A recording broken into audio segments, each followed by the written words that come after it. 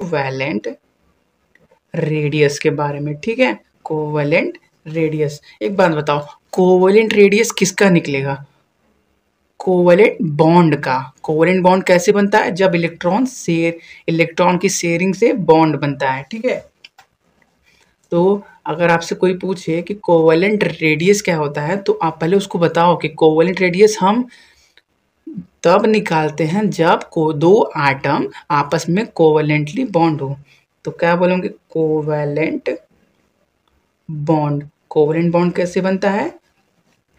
By sharing a pair of electrons. जब electrons की sharing करके बॉन्ड बनता है उसको क्या बोलते हैं? Covalent bond. जैसे कोई आटम ए है, ये इसका न्यूक्लियस, कोई आइटम बी है, ये इसका न्यूक्लियस। जब ये दोनों लोग इलेक्ट्रॉन की शेयरिंग करके बॉन्ड बनाएंगे, ए बी, ये मान लो एक एक इलेक्ट्रॉन की शेयरिंग करके बॉन्ड बनाए, तो इसको क्या बोलेंगे? Covalent bond. शेयरिंग से जो बॉन्ड बनता है उसको क्या बोलते हैं? कोवैलेंट बॉन्ड, ठीक है। अब बात करते हैं, देखो अब कोवैलेंट बॉन्ड तो बन गया, लेकिन अगर हमसे कोई पूछे कोवैलेंट रेडियस क्या होगा, तो क्या करोगे? इसके सेंटर से इसके सेंटर तक का डिस्टेंस निकाल लो। ये आपको दिया होगा, गिवन होगा। इसको क्या बोलते हैं? आर को क्या बोलते हैं? आर को बोलते हैं इंटरन्यूक्लियर डिस्टेंस, न्यूक्लियस से न्यूक्लियस तक का डिस्टेंस, ठीक है।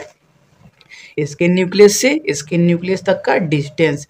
आपको कोई पूछे कोवैलेंट रेडियस कितना होगा, आप बोल दो R/2, ठीक है।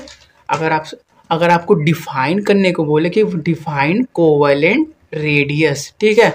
देखिए सेमेस्टर का एग्जाम चल रहा है, आपसे ऐसे तो पूछेगा नहीं, आपसे जब भी पूछेगा क्या बोल थियोरेटिकली आंसर ही मांगेगा ना। अगर बोल दिया कि डिफाइन कोवैलेंट रेडियस या डिफाइन कोवैलेंट बॉन्ड, तो कैसे लिखेंगे? अगर कोवैलेंट बॉन्ड पूछेगा तो लिखिएगा covalent bond is formed by the sharing a pair of electron between two और मोर आटम्स, ठीक है। दो आटम क्या करते हैं? इलेक्ट्रॉन की शेयरिंग करके बॉन्ड बनाते हैं। क्या कौन सा बॉन्ड बनाते हैं? Covalent bond.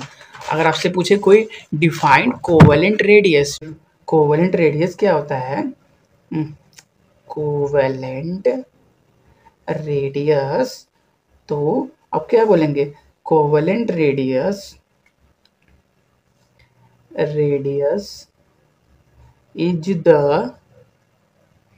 measure of the distance between two atoms when they are bound together by a single bond in a covalent molecule, ठीक है।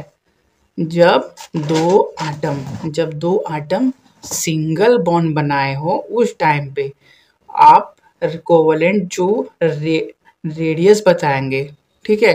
देखो क्या लिखा है? Covalent radius is the measure of distance between two atom when they are bound together by a single bond in a covalent molecule. देखो covalent radius तभी निकलेगा जब दो आटम क्या हो? सिंगल बॉन्डेड हो। आपको मालूम है ना, अगर सिंगल बॉन्ड, डबल बॉन्ड और ट्रिपल बॉन्ड है तो बॉन्ड सबसे ज़्यादा स्ट्रॉन्ग कौन सा होता है? ट्रिपल बॉन्ड सबसे ज़्यादा स्ट्रॉन्ग होता है। स्ट्रॉन्ग की बात करें, फिर डबल बॉन्ड, फिर सिंगल बॉन्ड सबसे वीक होता है, क्योंकि एक सिर्फ इसमें एक एक इलेक्ट्रॉन का शेयरिंग हुआ है, और इसमें क्या है? दो दो इलेक्ट्रॉन का शेयरिंग। इसमें क्या है? तीन तीन इलेक्ट्रॉन का शेयरिंग, ठीक है। इसीलिए अगर ट्रिपल बॉन्ड किसी में लगा है तो वो बॉन्ड स्ट्रांग होगा तो क्या होगा? उसका न्यूक्लियस पावरफुल होगा। देखो मान मान बात करो अगर नाइट्रोजन और नाइट्रोजन की, नाइट्रोजन में क्या होता है? ट्रिपल बॉन्ड होता है। तो इससे क्या होता है? ये लोग और स्ट्रांगली क्या होते हैं? अपने चिप से चिपके रहते हैं। इनके बीच इफेक्टिव न्यूक्लियर चार्ज क्या होता है? बहुत ज़्यादा बढ़ जाता है। इफेक्टिव न्यूक्लियर चार्ज बढ़ जाता है तो क्या होता है? जो एक्चुअल कोवैलेंट रेडियस निकलना चाहिए वो नहीं निकल पाता। क्यों नहीं निकल पाता? क्योंकि ये ट्रिपल बॉन्डेड है, ठीक है। इसीलिए साइंटिस्ट ने कहा अगर आपको कोवेलेंट रेडियस चाहिए तो आप जब सिंगल बॉन्ड आटम हो उसी टाइम पे निकालिए, ठीक है। कोवेलेंट रेडियस क्या है? Is the measure of the distance between two atoms, distance between two atoms, ठीक है, डिस्टेंस बिटवीन टू एटम। ये है इसका न्यूक्लियस, ये है इसका न्यूक्लियस, इससे इसका न्यूक्लियस को क्या बोलते हैं? Internuclear distance. इंटरन्यूक्लियर डिस्टेंस को डिवाइड बाई 2 करेंगे तो क्या आएगा आपका? कोवेलेंट रेडियस, ठीक है। समझ में आ गया? ठीक है। जैसे एग्जाम्पल के लिए देखोगे, जैसे एग्जाम्पल ले लो ना कि इंटर न्यूक्लियर आपको गिवन है कि इंटर न्यूक्लियर डिस्टेंस, जिसको हम किससे डिनोट करते हैं? आर से, इन Cl2 मॉलिक्यूल, किसमें? Cl2 मॉलिक्यूल में कितना है? Is 198 picometre. देखो 1 पिकोमीटर होता है 10 के पावर -12 मीटर के बराबर, ठीक है।